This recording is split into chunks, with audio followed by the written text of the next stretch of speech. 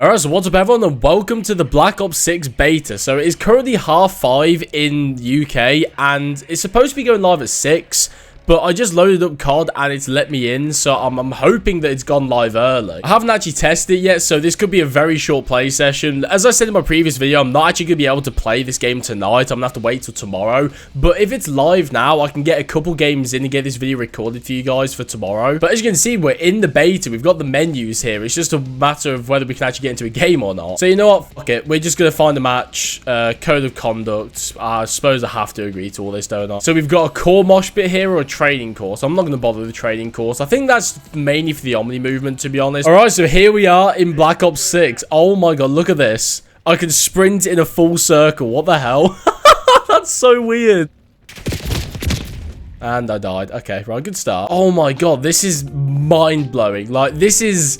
It's just weird to be able to sprint in all directions. Like, it just doesn't feel right. I mean, I'm somebody who's been playing COD games for the better part of my life. I've probably been playing COD for at least, like, 12, 13 years now. And you gotta bear in mind, my brain has been trained over all this time to sprint in one direction. And if I sprint, like, this way, I'm not gonna be able to sprint anymore. But it's just, like, it just keeps going. What the hell? Oh, I was trying to get the dive little... Oh, man.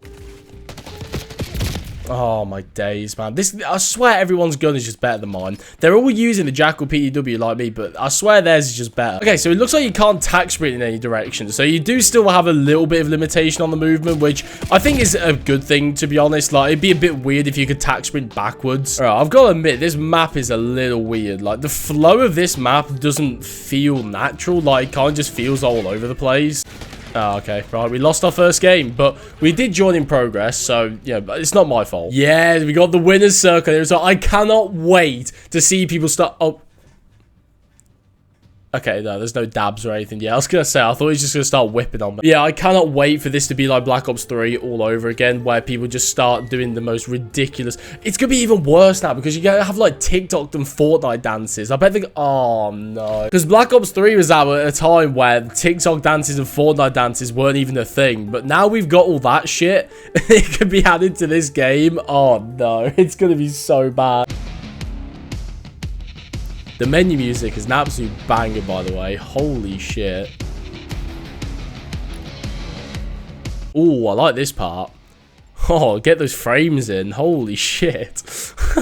See, my opinion on the Omni movement for this game, it's one of two things. It's either going to be probably the best innovation we've ever seen in a COD game, and it's going to revolutionize the way that the game is played, or it's going to be a massive mistake that people are just not going to like, and we're going to see it maybe for the next few years, and it's probably going to end after that. That's my opinion on it, because, like, it is a really cool idea to be able to have this, like, you know, it's basically the movement is free. Like, you can sort of do what you want now, which I really like. And the one thing I really like about the movement is basically the clip potential of it. Like, if you think in S&D and that kind of stuff, like, the potential is endless there. But at the same time, in terms of the whole, like, movement king debates that are going on right now, mainly with Warzone, with this being added on top of it as well, like, the movement discussion for COD is at the peak of it it's ever been, basically.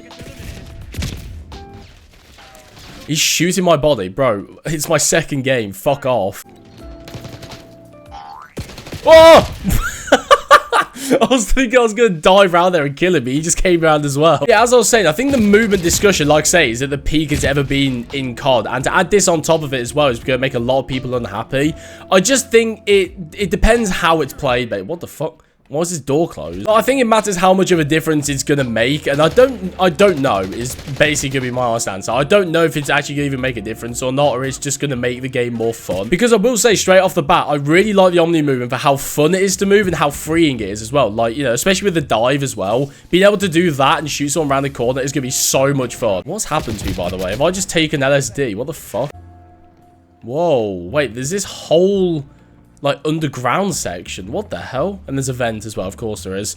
Wouldn't be a tryout game without a vent. But yeah, I think in terms of this whole Omni movement direction and basically discussion on the thing, we just need to wait and see how much it affects the COD franchise as a whole. I think it's going to have a massive impact. I don't think this game is going to launch and everyone's going to start flying around like Omni movement demons, but you've got to think about Modva 2019 and how that started. Nobody moved like they did towards the end of that game. It's going to be the kind of thing that's gradual. And the reason why I'm dedicating so much time into the discussion of the Omni movement is because it's probably the biggest thing about this game. Like, it's definitely the most groundbreaking thing we've seen in COD for the past 10 years, I'd say. Closed door. Oh, wait, what? Wait, that's a door you can just open and close. And this leads to this underground section. No way. That's... Oh, there's the vendor we kept... Oh, right. What's this? Activate security. Oh, that's why the shutter was down earlier. That's pretty cool. I like that. And there's this little box thing you can just sit on for some reason as well. Okay. Bro. Oh my god, is this gun so... Like, everyone else is hitting me like 4 hits. I feel like I'm hitting them like 6 times and nothing's happening. I think the #1 most important thing with the Omni movement is that it's fun. Like, to be able to dive around the corner like that and get a kill, it's just fun. And I think that's the main thing that's going to make it a good thing for this franchise. As long as the movement is fun and satisfying to use, then I think people are going to care a little bit less about how they're getting sweated on with the movement. Because Modern Warfare 3's movement, for example, obviously you've got the movement demons that run around and slide cancel YY, you know, the bullshit basically. That isn't fun. That's just a thing that people exploit. But I think this game, especially with the dive and the ability to sprint in all directions, it's fun to move. And that's why people, I feel like, are going to get less angry by it. Like, you're going to be less angry dying to somebody dive around the corner like that, as opposed to somebody in Warzone who's running, you know, spinning their camera around like an idiot. To be honest, I'm not really, you know, putting much thought into this gameplay at the moment. I'm just sort of running around and just hoping for the best. I mean, I'm not, what am I doing? 28 and 19. That's not terrible. The thing is, though, one thing I noticed straight away is that this game is based off eliminations and deaths instead of kills and deaths. So I bet at least half of those are assists. Oh my god, that kid is still sat behind the fucking piano. Do you want to move, man? Jesus Christ. Yeah, this gun just feels weak. I don't know. I'm going to swap to... See, I want to use the XM4 here, but then I go back onto it, and the XM4... Like, what's going on with that? I'm so confused. We'll use this Ames 85. I mean, I don't like the scope that's on it, though, but whatever. One thing I want to talk a little bit about as well, actually, with this game is the time to kill. I really like the time to kill. It's a perfect middle ground, in my opinion, between the quick Modern Warfare time to kill and the, like, Cold War one. Oh, we've got the dynamic leaning here as well. That's actually really cool. Like, you sort of peek around the... Hello. Yeah, one problem I didn't really realize with Modern Warfare 3's time to kill, with it being 150 health, is how little clip potential you actually have. Like, it's harder to get like quad feeds and stuff because obviously people have more health, so you know, you're gonna be killing people slower. You can't really get quad feeds a lot easier like that, and you end up just sort of, if there's what, you know, you're outnumbered, then you just end up dying. Dive. Yeah, there we go. I love that shit. That will never get old. Diving around the corner and shooting someone is so much fun. But anyway, yeah, I like the slower time to kill because it adds a little more skill, unlike Modern Warfare 2019 where you could just die in an instant. I really didn't like that. But also on the flip side of that, Cold Wars and Modern Warfare 3 is a little too slow because, like I said, it's not necessarily based on skill anymore. It's based on if you've got a teammate with you shooting the other guy, then you're more than likely going to be killing them if you're outnumbering them, or if you're being outnumbered, you're probably going to die, which I'm not a fan of. You know, all those times that I played Mob of the Dead and I saw Brutus in Zombies, I never thought I'd see him in 2024 in a circle, like, dancing on me. Like, that's just something I never imagined. I mean, it's too early to tell. I've literally played well, not even 2 games. I played, like, 1 game and a 10th of a game, so I can't really judge the time to kill now, but based off of first impressions, it feels nice. I like it. What score streaks do we have? Let's have a look. So we've got the Scout Pulse, which apparently is just like a personal radar